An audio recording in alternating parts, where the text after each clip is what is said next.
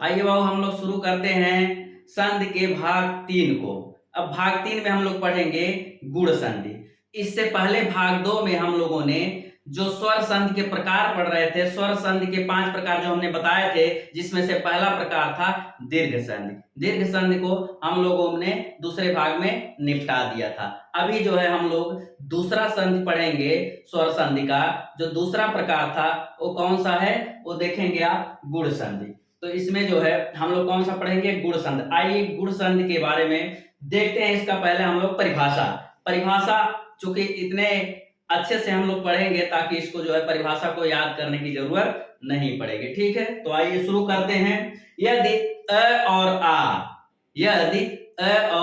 आ के बाद ह्रस्व या दीर्घ अ और आ, यानी एक तरफ जो है अ और आ रहेंगे, उसके बाद एक तरफ अब जो है, अब दाहिने तरफ क्या रहेंगे, ह्रस्व या दीर्घ, या चाहे छोटा या बड़ा कह लीजिए, ह्रस्व या दीर्घ। क्या ई उ री, यानी एक तरफ तो आपका अ और आ हो गया और एक तरफ ह्रस्व या दीर्घ ई उ री।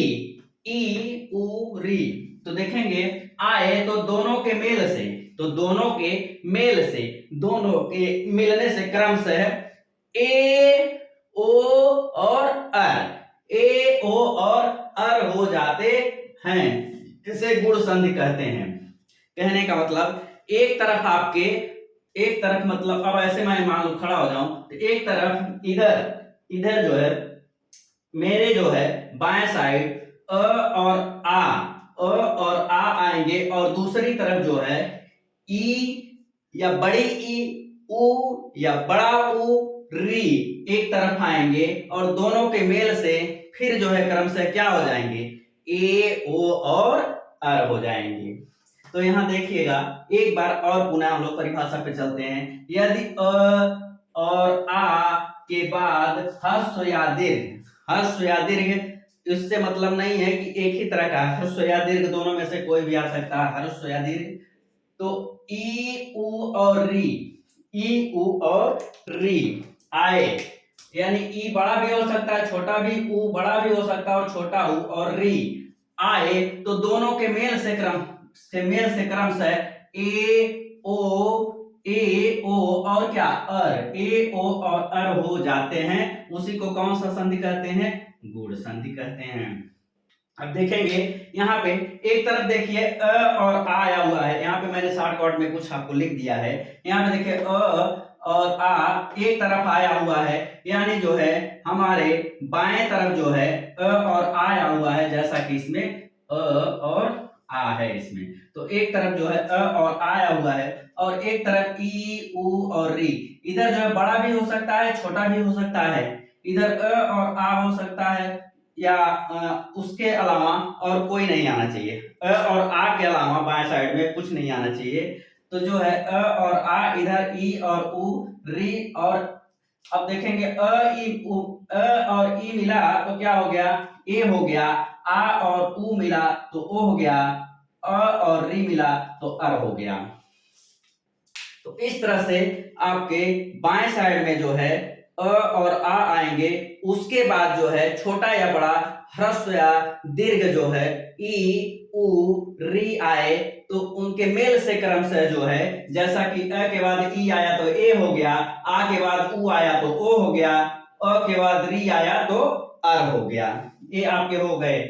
उसके बाद जो है आप देखेंगे इसमें उदाहरण में, आइए उदाहरण देखते हैं, उसके बाद और अच्छे से हम लोग को समझ में आ जाएगा। जैसे गज धन इंद्र, गज धन इंद्र, गजेंद्र। गजेंद्र में देखेंगे गज अ, यहाँ अ आया एक तरफ, उसके बाद इधर ई आया, छोटी ई, तो दोनों मिलकर के क्या हो गए, ए हो गए, दोनों मिलकर क्या हो गए, ए हो गए। तो देखेंगे गजेंद्र। परम धन ईश्वर, एक तरफ परम अ हो गया, दूसरी तरफ जो है बड़ी ई हो गई, दोनों के मिलने से ए हो गए।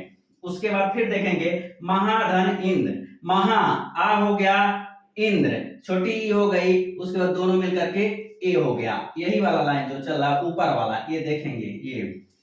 उसके बाद देखेंगे रमा धन इस, रमा आ, रमा आ हो गया, इस बड़ी ई, रमा धन इस आ धन ई मिलकर के ए हो गए।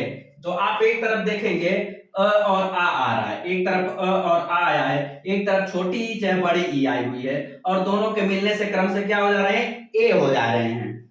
अब उसके आगे देखेंगे परम धन पर धन उपकार, पर धन उपकार पर धन उपकार पर उसके बाद छोटा उ दोनों मिलकर के यहाँ ओ हो गए। अब यहाँ जो है ओ हो गए। उसके बाद महाधन उदय, महाधन उदय महोदय, महाधन उदय, बड़ा आ हो गया, यहाँ उ हो गया छोटा, दोनों मिलकर के ओ हो गए। दया धन उर्मी, दयोर्मी, दया आ, उसके बाद क्या है बड़ा उ, आ और बड़ा उ मिलकर के यहाँ ओ हो जा रहे हैं।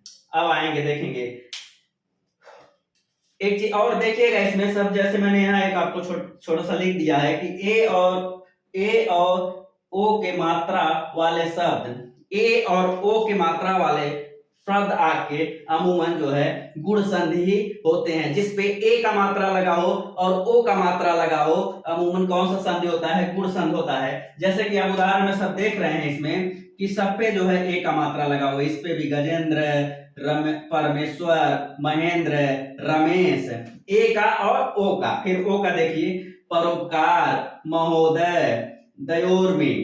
उसके बाद जो अब आपके उदाहरण आते हैं उसको पहचानने में आपको बिल्कुल भी समय नहीं लगेगा।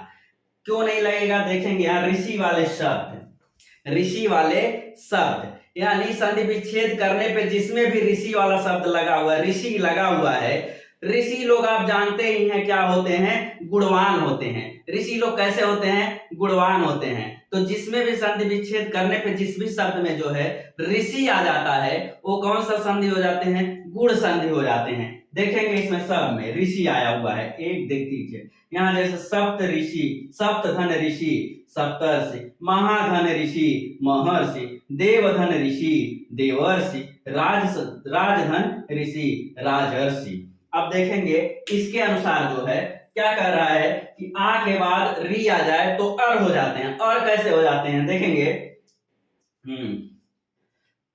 ये देखिए सप्तधन ऋषि, सप्तर्षि, सप्तर्षि, सप्तर्षि जब आप उच्चारण करेंगे तो अर आएगा, सप्तर्षि, महर्षि, महर्षि, देवर्षि, राजर्षि, ये सब जो है आपके क्या होंगे, अर आ जाएंगे। देवर्षि, महर्षि, राजर्षि, सप्तर्षि, अर सब में जो है आपके अर आ जाएंगे। तो यहाँ पे देखिए ऋषि वाले जितने शब्द आपके होंगे जिसमें ऋषि जो है संधि विच्छेद करने पे ऋषि आएगा, और ऋषि वैसे भी गुणवान होता है, गुण संधि हो जाएगा आपका। बाकी यहाँ पे आप लोग जो देखे हैं ऊपर ए के और ओ के मात्रा वाले ज्यादा से ज्यादा शब्द जो है कौन से होते हैं, वो गुण ही संधि होते हैं। तो इतना चीज याद रखेंगे, ए और ओ के मात्रा वाले और ऋषि शब्द वाले जिसमें भी ऋषि संधि विच्छेद करने पे आ जाता है वो कौन से हो जाते हैं आपके, गुण संधि, ऋषि गुणवान होता है। तो आप देखेंगे एक तरफ जो है अ और आ ही आएगा एकदम नीचे से ऊपर तक। इधर जो है आपके जैसे इधर देखेंगे बाएं तरफ, आपके बाएं तरफ मैं जैसे जो भी है इधर मैं खड़ा हूं, ऐसे मेरा जो बायां है ये बाएं तरफ जो है क्या आएगा, अ और आ ही आ सकता है। इधर और कोई जो है स्वर आ ही नहीं सकता, न ई आ सकता, न ऊ आ सकता है, न ओ आ सकता है। अगर ऐसा कुछ आ गया तो ये गुण संधि नहीं हो सकता। इधर एक तरफ अ और आ होगा, दूसरी तरफ जो है ह्रस्व या दीर्घ, ह्रस्व या दीर्घ देखेंगे, ये ह्रस्व है, ये दीर्घ है, ह्रस्व है, ये दीर्घ है, ये जो है दोनों जो है ह्रस्व है, ये जो है दीर्घ हैं। उसके बाद ये ऋषि वाले हैं, ये इतने ऋषि वाले हैं और ये हैं। तो यहाँ पे अ और ई के बाद देखे हैं ये ए हो गया है, अ और ई के मिलने से क्रमशः ए हो गया है, अ और उ के मिलने से क्रमशः जो है ओ हो गया है, और अ और ऋषि के मिलने से, री के मिलने से जो है अर हो गया है, अ और री के मिलने से अर हो गया है। तो ये जो है जैसे कि अ और ई मिलेंगे तो ए हो जाएंगे, आ और अ और या आ और ओ मिलेंगे तो ए ओ हो जाएंगे, और जो अ से ऋषि री मिलेगा वो अर हो जाएगा। तो अ से री मिला तो अर हो जाएगा। बस तीन प्रकार इसमें इस तरह से। तो देखेंगे ए का मात्रा ओ का मात्रा वाले